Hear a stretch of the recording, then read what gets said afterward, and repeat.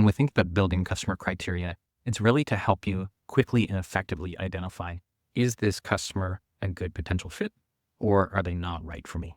And this can be applicable in a variety of contexts, but it's especially useful when you're thinking about outbound sales efforts. So whether that's a trade show, whether that's you're meeting with a client or a prospect for lunch, having this criteria in hand and in your back pocket can be immensely helpful and can help you save a ton of time.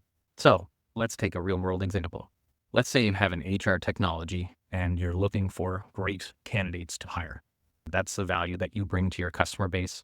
And for a company like this is a really busy space. There's a lot of solutions. There's a lot of ways that people might be solving this problem. With that said, it's even more critical that you bring good criteria to help you quickly qualify or disqualify the wrong types of clients.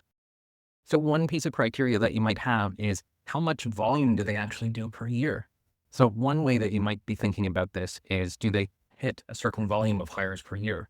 Below a certain volume, it might not make sense from a pricing perspective or just from a business case perspective for the end client. So maybe there's a certain criteria there that's really a good fit because that factors in things like your price point and even your sales model.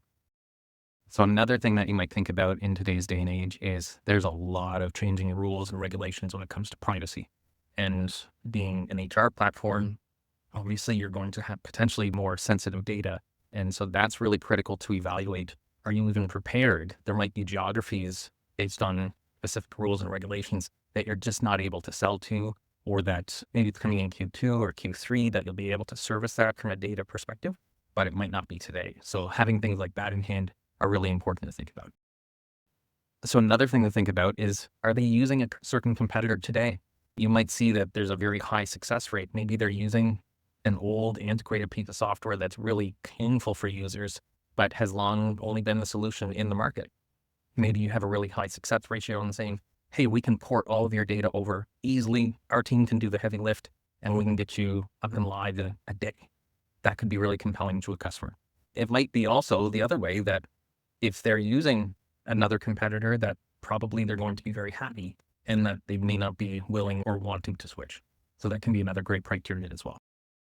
We can look at things like, are you in a geopolitically stable environment?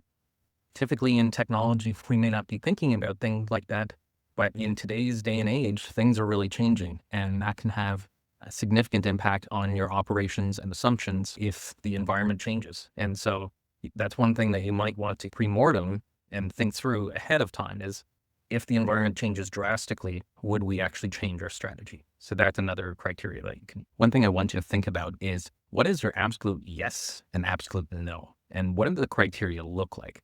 And the more specific that you can build that, the better you will find it.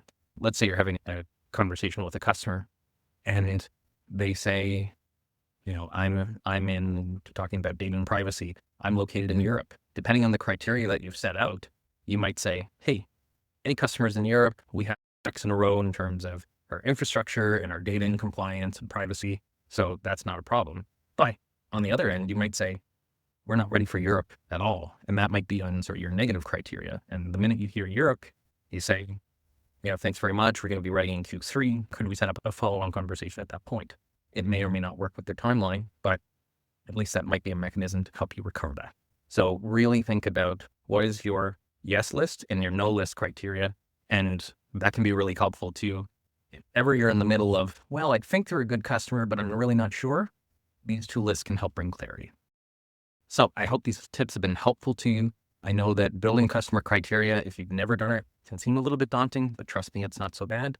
And even if you have customer criteria today, it might be something that you need to revisit and to refresh. If you can be more precise with your criteria, you're going to ultimately chase more of the right customers, and hopefully that can help you to be more successful in landing those customers as well. Good luck.